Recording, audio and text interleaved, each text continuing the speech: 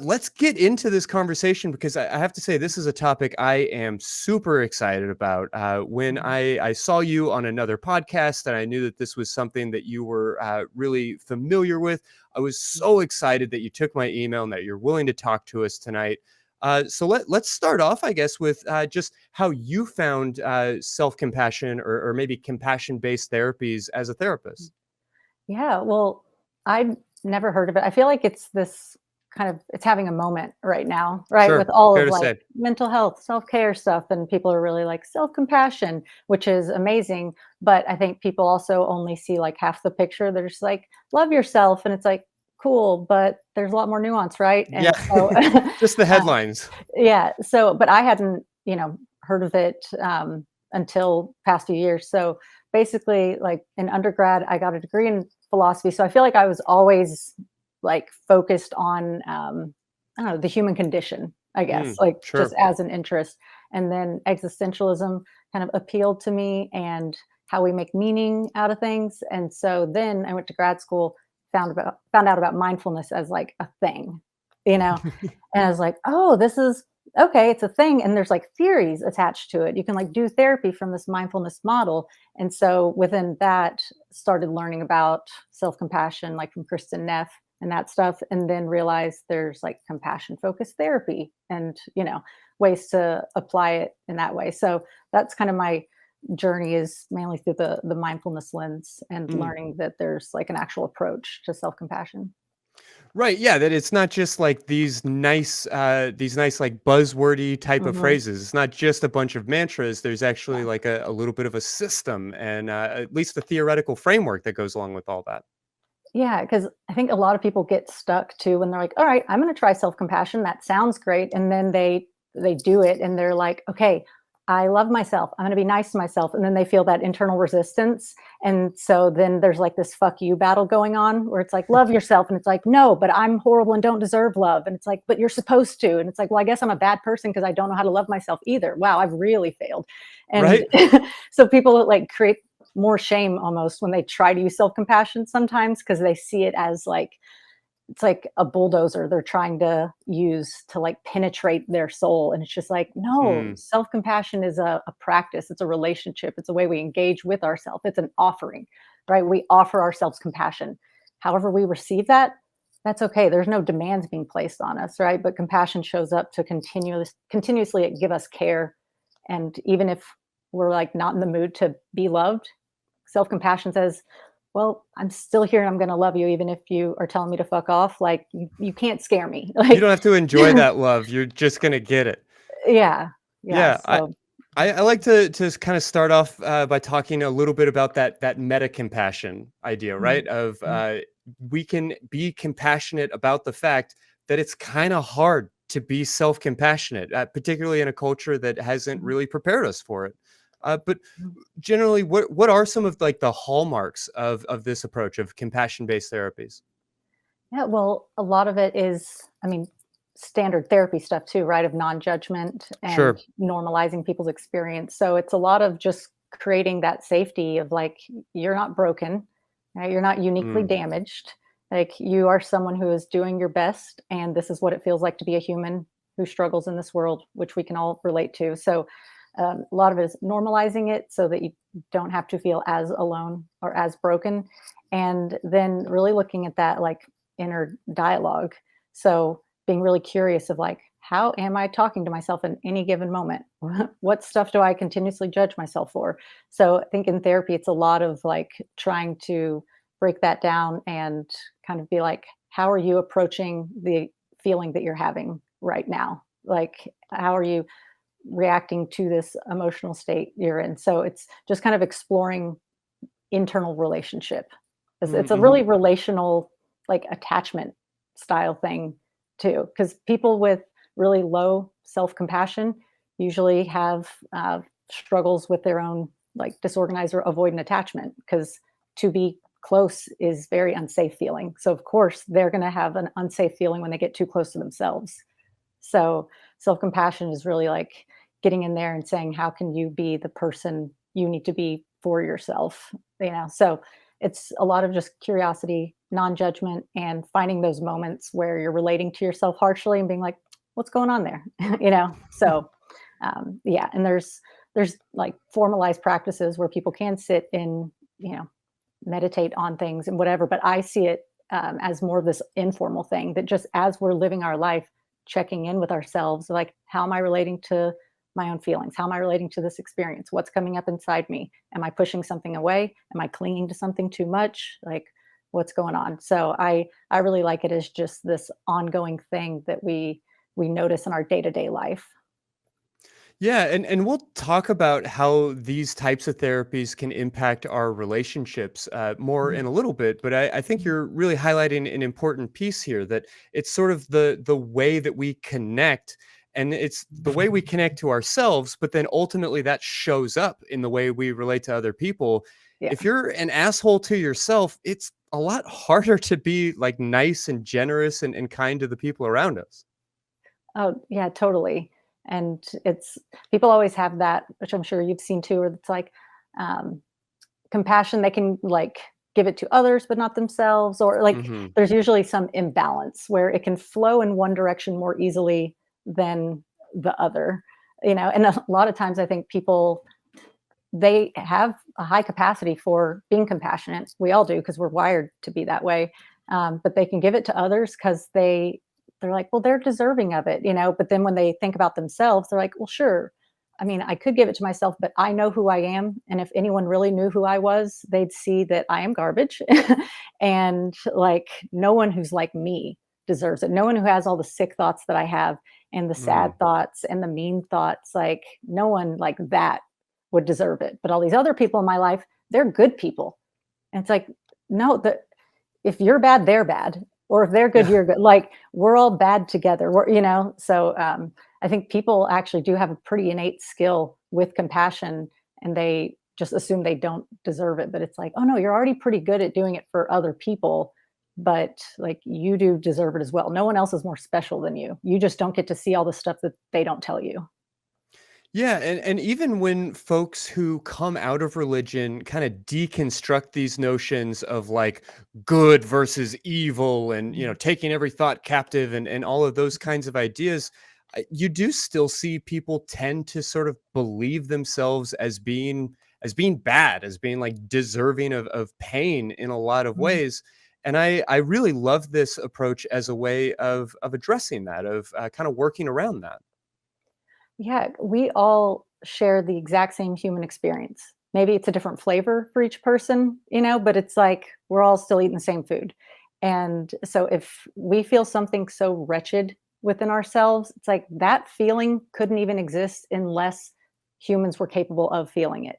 So I think we get in our own heads of like, oh, I'm the like outlier. There's humanity and then there's the wrong side of it. And it's like, oh no, it's all in the same bucket. Like, you wouldn't be able to have any of these thoughts and feelings you're having unless every other human could also be thinking and feeling the exact same way. Like, you're not that special, you know? Mhm. Yeah. Yeah, we'll talk a little bit more about, how these things work and what it actually looks like in our lives, but just from a like research standpoint, or just trying to understand this as a therapeutic approach, how do we know that these things work? Like, how long has this been around, and how well researched or verified is any of this information? Yeah, well, the unprofessional answer is it works because I've seen it work for myself, for other people, but I know Sure. that doesn't count.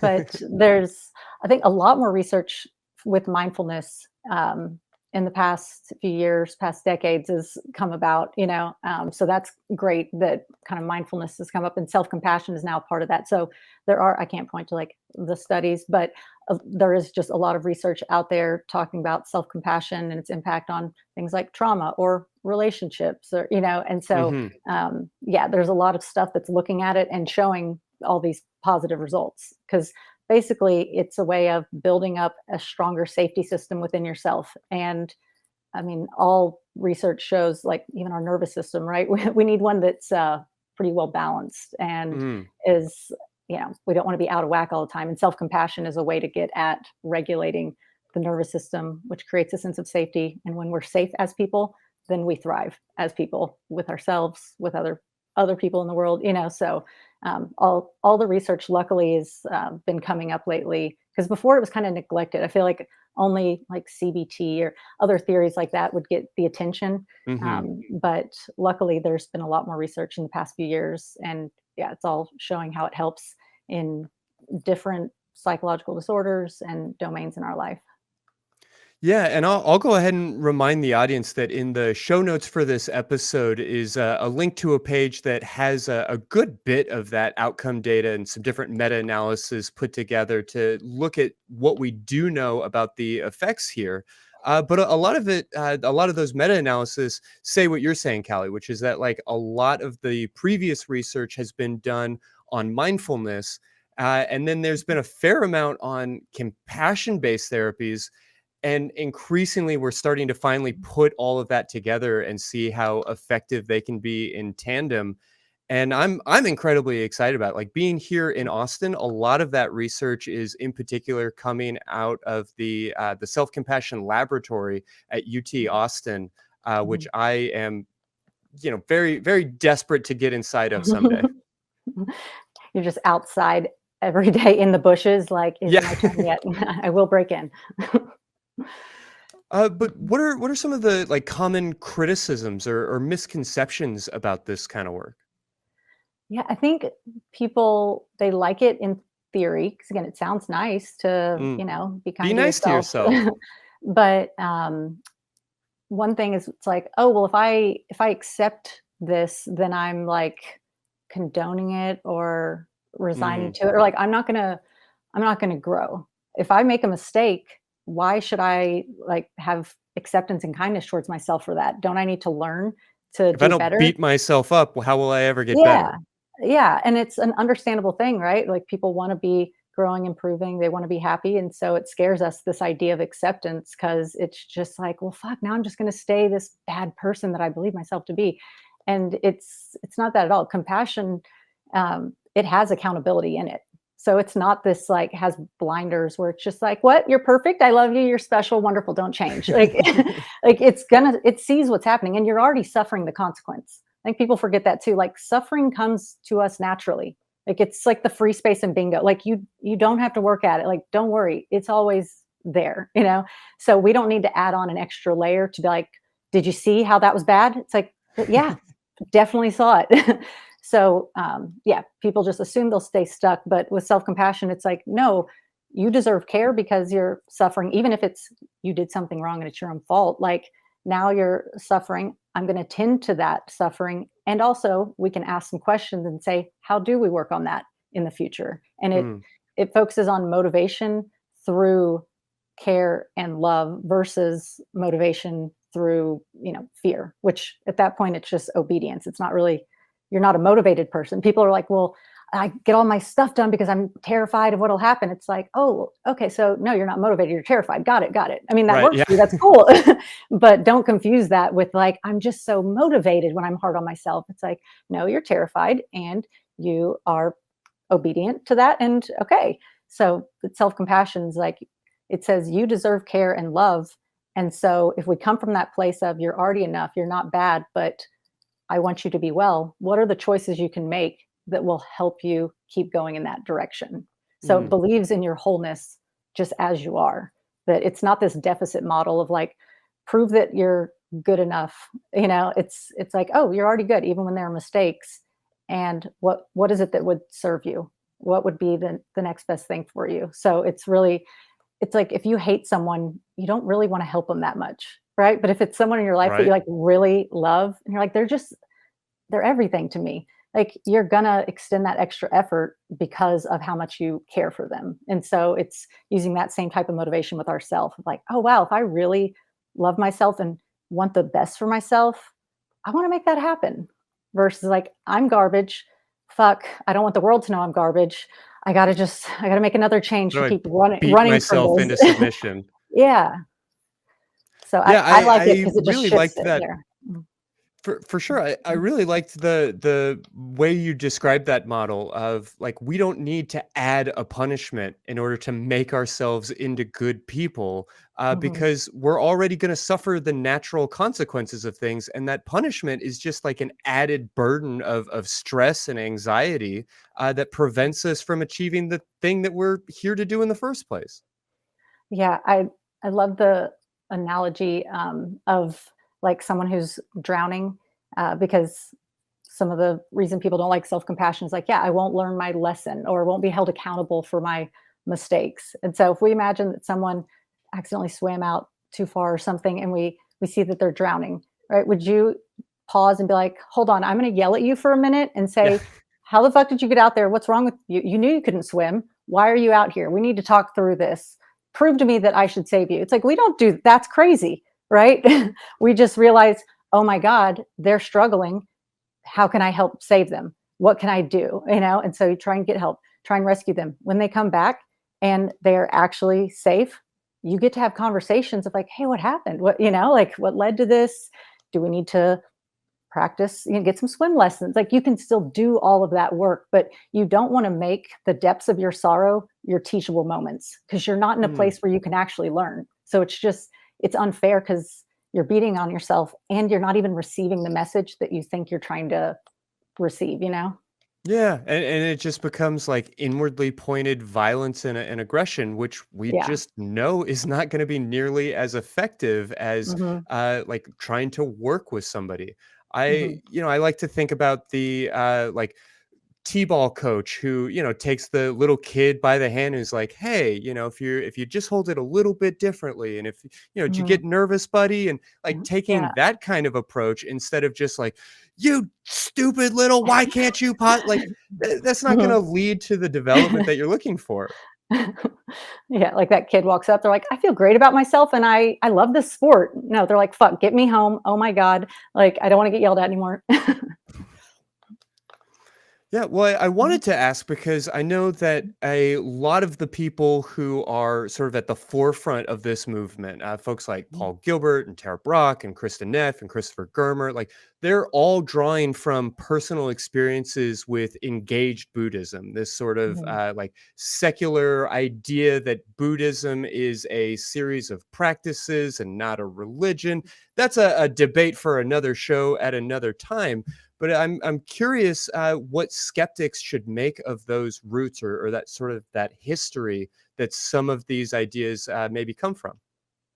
Yeah, I mean, I can get why it feels like icky coming from any religion, because it's just like, oh, here we go, just another way to use dogma or something to Mm, coerce people and take away our free will and brainwash or whatever. But I think if you look at the principles of Buddhism and of their experiences in particular, the core part is that in these practices, they're basically saying, I'm turning down the volume on all of these distortions that I have brought to this moment.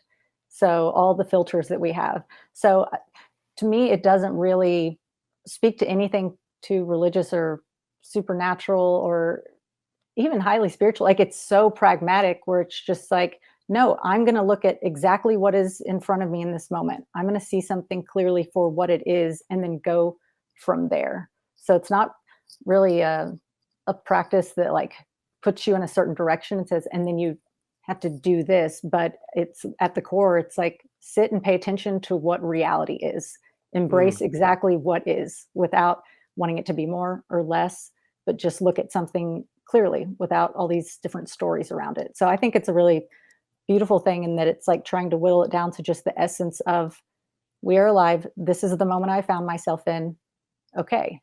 Instead of all this other like junk that we pile on about, well, how do I feel about this moment? What's this moment say about this? And how do we get hit? It's just like, no, this is what this is.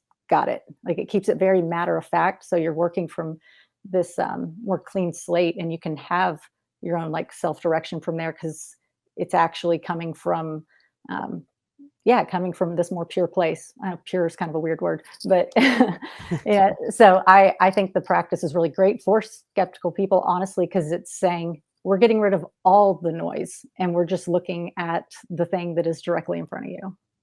I think that that's a really great framework because there is a lot to be said about sort of the unchallenged assumptions and the different ways that we sort of avoid uncomfortable ideas and that there's a necessary component here of acceptance, which means being like present with a thing and Mhm. seeing it as it actually is, which we're not going to want to do if we're terrified of that thing. Yeah. If we know that there's some aspect of our lives that we're not particularly succeeding in, and we're afraid that we're going to beat ourselves up over it, then we're not going to think about that thing. We're going to do Mhm. everything possible to avoid that idea. So this is not about like supernatural thinking. This is more like a more accurate way of seeing things anyway. Is that all fair to say? Yeah, I love that because it's about total honesty with the moment and with your experience. And in therapy too, when you kind of ask like, what are the approach? What does that look like? I think therapy is a lot of confronting oneself, and self compassion is such an important part of that because we can't take personal responsibility for our lives if we are not willing to confront who we are and how we relate to ourselves in the world. And so I guess some of the Buddhism aspects they bring in, like that helps us be brave enough to say, I'm willing to look at exactly what is going on right now in this moment. And so I think from that place of bravery, then we actually get to be the empowered individuals that we want to be.